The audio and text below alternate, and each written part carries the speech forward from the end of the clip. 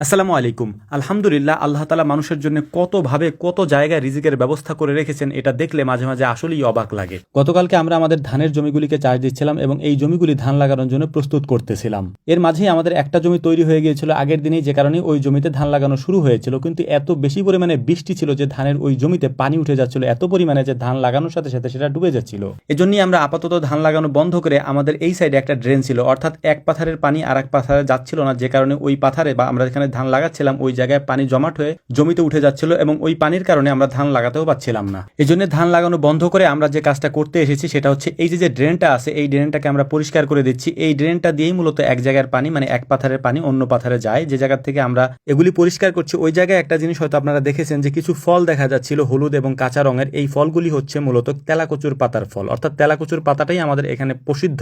এই তেলাকুচুর পাতা খাওয়া যায়, এর পাশাপাশি এই ফলগুলো কিছুটা দেখতে পটলের মতো, এগুলিও খাওয়া যায়। তো যাই হোক, আলহামদুলিল্লাহ পুরো ড্রেনটা আমরা পরিষ্কার করে ফেলেছি। এই ড্রেনটা দিয়ে অনেক বেশি পানি নামে এক জায়গা থেকে অন্য জায়গায়, কিন্তু এই ড্রেনটা যেহেতু আটকানো ছিল তাই এক পাশের পানি অন্য পাশে নামতেছিল না। আমরা যেখানে ধান লাগাচ্ছিলাম ওই জায়গাটাতে পানি উঠে যাচ্ছিল এবং ধান লাগানো যাচ্ছিল না, ধান ডুবে যাচ্ছিল। তো ড্রেনের মধ্যে যত লতা পাতা এবং গাছগাছালি ছিল এগুলি আমরা পরিষ্কার করে ফেলেছি প্রথমে। এরপরে ড্রেনটাকে আমরা হালকা একটু গর্ত করে নিয়েছি, কারণ দীর্ঘদিন পর্যন্ত এই ড্রেনটা ব্যবহার করা হয় না বা এটা দিয়ে পানি নামে না, যে কারণে এই ড্রেনের মধ্যে মাটি এসে ভরে গিয়েছে। মাটিটা হচ্ছে ইঁদুরের মাটি, ইঁদুরে এখানে মাটি উঠিয়ে এই ড্রেনটাকে পুরোটা বন্ধ করে দিয়েছে। তো আলহামদুলিল্লাহ আমরা পুরো এটা কমপ্লিট করে ফেলেছি। তো যাওয়ার সময় যেহেতু এখানে স্রোত নামতেছিল তাই ওরা মাছ ধরার জন্য একটু ট্রাই করতেছিল, কিন্তু মাছগুলি একেবারে ছোট ছোট, বর্ষার সিজনে যে একেবারে ছোট মাছগুলি থাকে সেই মাছগুলি এখান থেকে ওঠানামা করছিল। তো আমরা এটা না করে আমরা চলে যাচ্ছিলাম আমাদের পরবর্তী কাজে। মূলত আমাদের সব কাজ শেষ হয়ে গিয়েছে। এখন বাড়ি যাওয়ার আগে আমাদের যে এখানে একটা কচু ক্ষেত ছিল, অর্থাৎ যে কচুটা আমরা লাগিয়েছিলাম, এখান থেকে মাঝে মাঝে আমরা কচুর লতি উঠিয়ে নিয়ে যাই, প্রায় প্রতি সপ্তাহেই প্রায় উঠিয়ে নিয়ে যাই। তো এই কচুর লতিগুলো দেখলাম যে অনেক বেশি বড় হয়ে গিয়েছে এবং এখানে অনেক বেশি পানিও হয়ে গিয়েছে,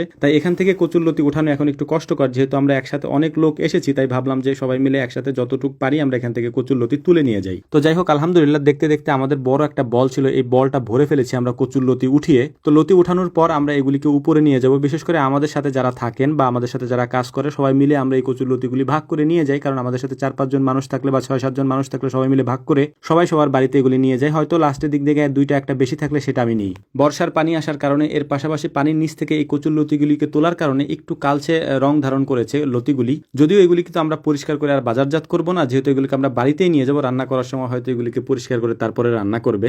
ভিডিও শুরুতেই বলেছিলাম যে আল্লাহ তাআলা মানুষের জন্য কত জায়গায় কতভাবে রিজিকের ব্যবস্থা করে রেখেছেন। যদি মানুষ একটু অন্বেষণ করে, একটু খোঁজে, তাহলে মানুষ বুঝতে পারবে যে আল্লাহ তাআলা কতভাবে নিয়ামত দিয়ে রেখেছেন আমাদেরকে। রিজিকের ক্ষেত্রে সংকীর্ণতা বা অভাব আসে তখনই যখন মানুষ মনে করে যে আমি এই কাজের যোগ্য না, অথবা আমাকে দিয়ে এই কাজ হবে না, অথবা আমি এই কাজ করলে মানুষ কি বলবে। পৃথিবীতে কোনো কাজই ছোট না যদি সেটা হালাল হয়। যেটাই আপনি করেন আলহামদুলিল্লাহ সেটা থেকেই আল্লাহ তাআলা আপনাকে রিজিক দিবেন যদি সেটা হালাল ওয়েতে হয়ে থাকে। আলহামদুলিল্লাহ এই সংকীর্ণতা আমাদের মাঝে নেই। আমরা যে কোনো কাজ করতে পারি, যে কোনো কাজে অভ্যস্ত যদি সেটা হালাল হয়। তো যাই হোক, আমাদের জন্য দোয়া করবেন, আল্লাহ তাআলা যেন আমাদেরকে এ পথেই রাখেন। আসসালামু আলাইকুম ওয়া রাহমাতুল্লাহ।